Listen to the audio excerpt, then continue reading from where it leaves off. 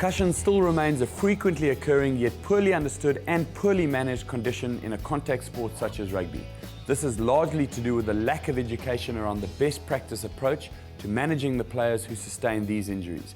Most, if not all of these cases, if treated appropriately and the player is managed correctly, should never result in a catastrophic outcome. Although one traditionally associates a loss of consciousness or a blackout with concussion, this is very often not the case, and other more common symptoms should be looked for and more specifically asked about. These include amnesia or loss of memory. This may be for events that occurred before the knock or afterwards, and this memory may never return. Physical symptoms. These include headache, dizziness, nausea, confusion, sensitivity to light and to noise, blurred vision, neck pain, poor balance, and tiredness. Emotional symptoms such as irritability, aggression, depression, crying, and anxiety. Cognitive, brain functioning symptoms or changes in our thinking process, such as poor concentration or poor memory. Sleep disturbances. These include sleeping more or less than usual, difficulty getting to sleep, and the like.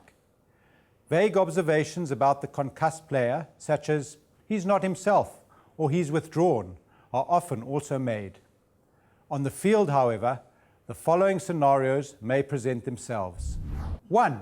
A player suffers a hard knock and loses consciousness. This may be for seconds or for minutes. By definition, the player has suffered a concussion and should be removed from the field. 2. A player suffers a blow to the head or face, for instance, a knee to the head or jaw whilst tackling. He appears dazed but continues playing. This player requires attention and the game should be stopped. Then, ask the following questions, which are referred to as Maddox questions and have been shown to be sensitive in identifying concussion. What ground are we playing at? Who are we playing? Which half is it? Who scored last? Who did we play last week? And did we win last week?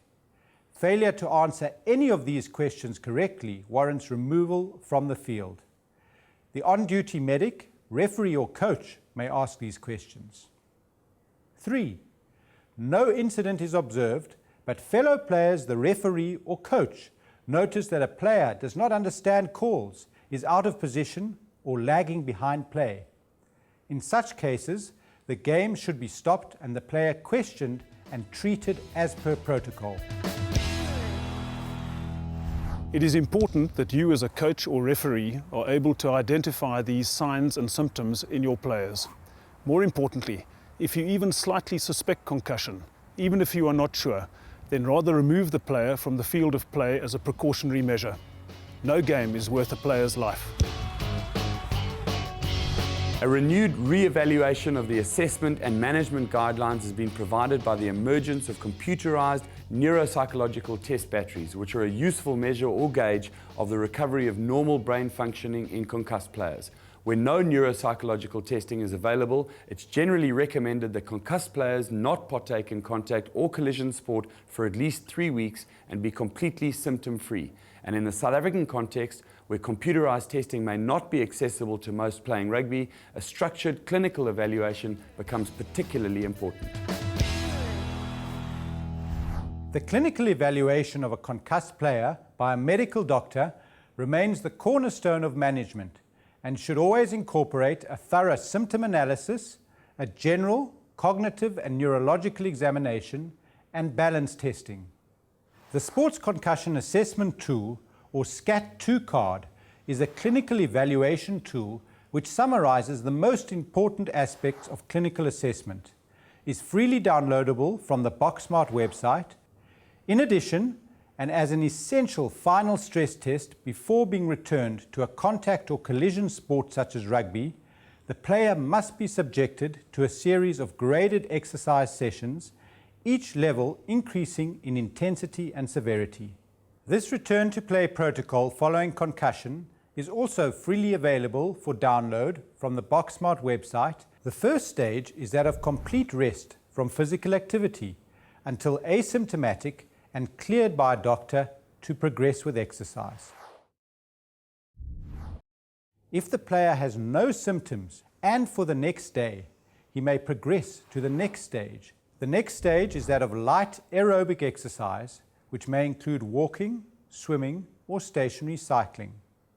The player's heart rate range should be moderate, between 100 to 140 beats per minute, and the session should include 5 minutes of warm-up and in duration be about 20 minutes.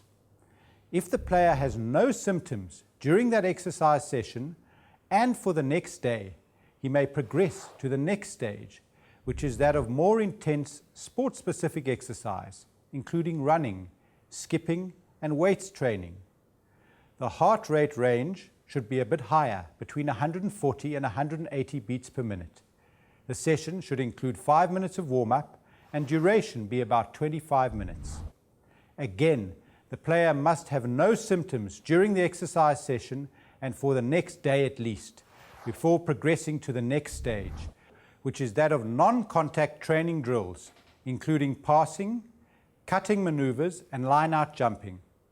The heart rate range is between 140 and 180 beats per minute, and the session should include a 5-minute warm-up and in duration be about 30 minutes.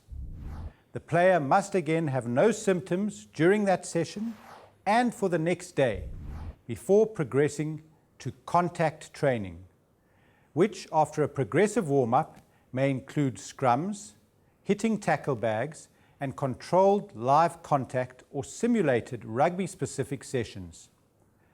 The duration of this session should be at least 30 minutes and the heart rate, again, getting up to about 180 beats per minute. Before being cleared to play contact rugby, the player must undergo a final medical assessment where he is assessed to be asymptomatic at rest and during exercise and have a normal neurological and cognitive examination, and should he have undergone computerized neurological assessments, these should have returned to baseline or comparative norms where available. At this stage, he is cleared for match play. Each stage should take at least 24 hours, but can be longer in recurrent or severe cases of concussion.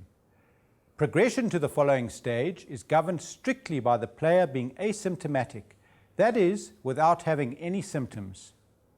Report any headache, dizziness, nausea, or other symptoms of concussion that occur during or after the exercise that might be relevant. Should the player become symptomatic, or with any symptoms, he or she should return to the previous asymptomatic stage and contact the doctor in charge. In association with a medical team, coaches must ensure that a concussed player has fulfilled these criteria before returning to full contact training and match play. For additional up-to-date evidence-based information on concussion, its treatment and its management, go to www.BokSmart.com and get yourself up to speed on these issues. Every coach and every referee on the BokSmart course should receive one of these Sideline BokSmart Concussion guides. It is small and compact. You should be able to carry it in your wallet or pocket and have it on hand with every practice or match that you're involved in. All the necessary information you require to make an informed decision on a suspected concussed player is available at your fingertips, including important advice to give the player after the game. Remember, if in doubt, sit the player out.